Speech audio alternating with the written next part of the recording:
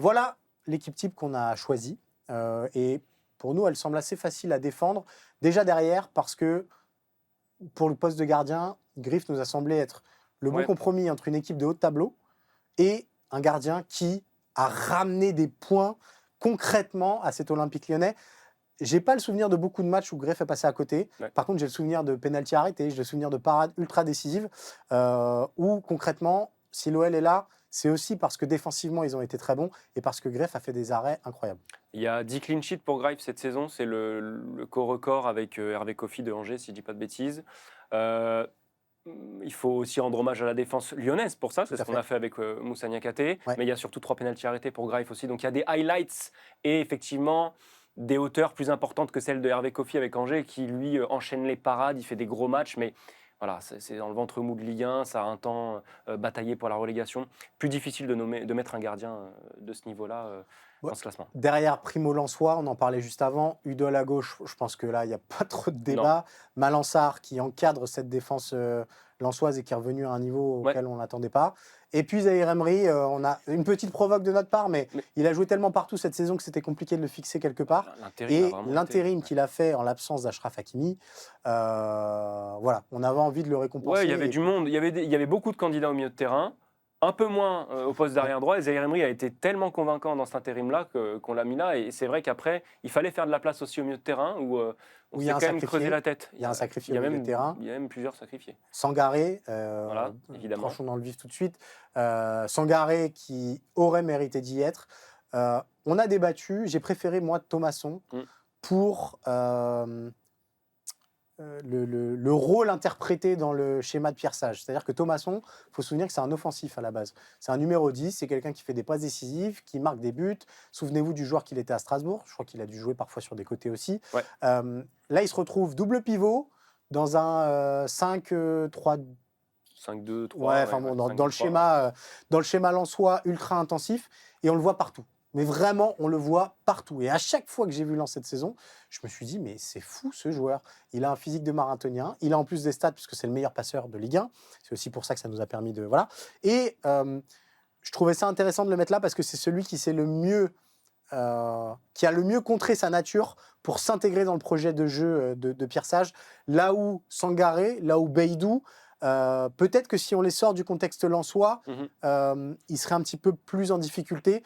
Là, j'ai l'impression que Thomasson, maintenant, c'est le joueur ultime. On peut le mettre dans n'importe quel schéma de jeu et il saurait rendre des bonnes copies. Après Sangaré, ce qui me titille un petit peu plus, c'est quand même personne ne savait qui était ce joueur avant qu'il arrive C'est à vrai. Lens. Et la saison qu'il fait, encore une C'est fois, vrai. vraiment extraordinaire en termes de ballons récupérés, d'interceptions.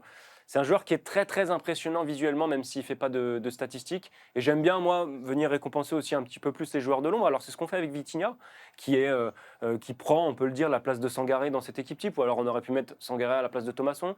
D'ailleurs, vous l'aurez remarqué aussi, on a mis Tolisso dans nos sacs nommés, qui n'est pas dans le 11 type, mais parce que Tolisso, on l'aurait imaginé en position de numéro 10, étant donné son utilisation cette saison à l'OL, qui était beaucoup plus haut que celle d'un double pivot. Et là, on met Mason Greenwood, qui dans ce rôle-là de 10, ou parfois, plus souvent d'ailleurs, côté droit, est plus décisif et interprète mieux ce rôle. C'est son poste à lui.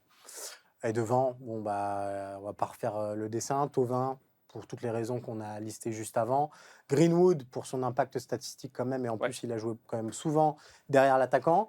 Barcola, c'est pas évident. Voilà, quand on a la ligne d'attaque du Paris Saint-Germain, Doué, Gvara, Dembélé, Barcola, et d'ailleurs, peut-être que mardi, face au Bayern Munich, Barcola sera remplaçant, mais Paris peut dire merci à Barcola cette saison parce On parle de Ligue 1, là. Voilà, c'est celui qui a fait la continuité sur toute la saison de Ligue 1. Au moment où il n'y avait plus personne, où ils étaient tous pétés, où tout le monde était en méforme, lui, il a continué à planter des buts importants, des buts contre des équipes, certes, moins exposées ou pas forcément dans des énormes chocs, mais voilà, ça a été le capital but du Paris Saint-Germain pendant plusieurs mois, donc on trouvait intéressant de le récompenser.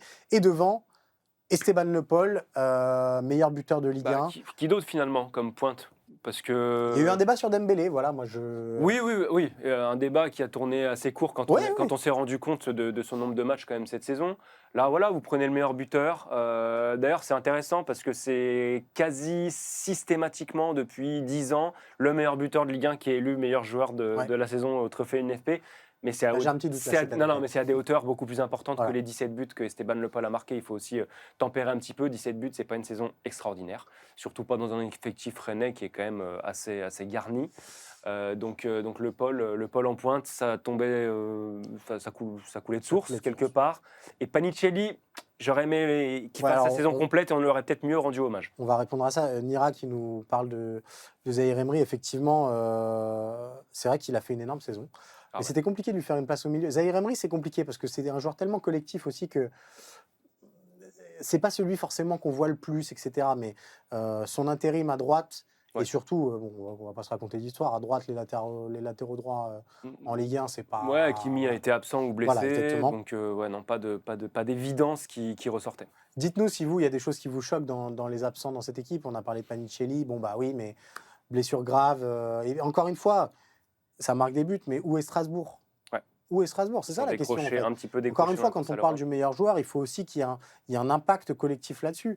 Il a marqué beaucoup de buts, c'est un super joueur. Je pense que l'Argentine est un peu déçue de ne pas l'avoir pour la Coupe du Monde parce que c'est le genre de gars que vous faites rentrer à la 70e minute et qui peut Ouais. voilà, embêter pas mal les défenseurs.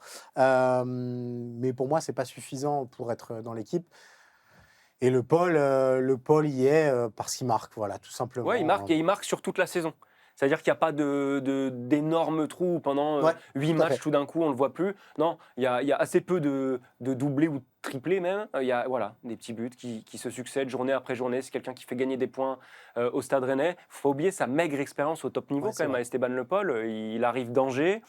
Là, il enchaîne bien dans un club aux ambitions plus élevées que le SCO, bien évidemment. Il porte l'attaque du Stade Rennais. Non, c'est une présence méritée.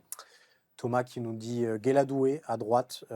Oui, ça Belle aurait saison de pu, ça Guéladoué aurait aussi. pu, c'est vrai. Belle saison. Et alors, peut-être qu'on pourra en parler dans le prochain sujet, mais Timothy Weah, finalement, est l'une des rares satisfactions C'est de la vrai. saison marseillaise. Alors, parfois plus haut sur le Mais terrain, dans un rôle de piston, ouais, il aurait pu prétendre aussi et éventuellement. j'ai trouvé Wea meilleur en Ligue des Champions qu'en Ligue 1, Oui, oui, tout à fait. ce qui est rare pour l'Olympique de Marseille.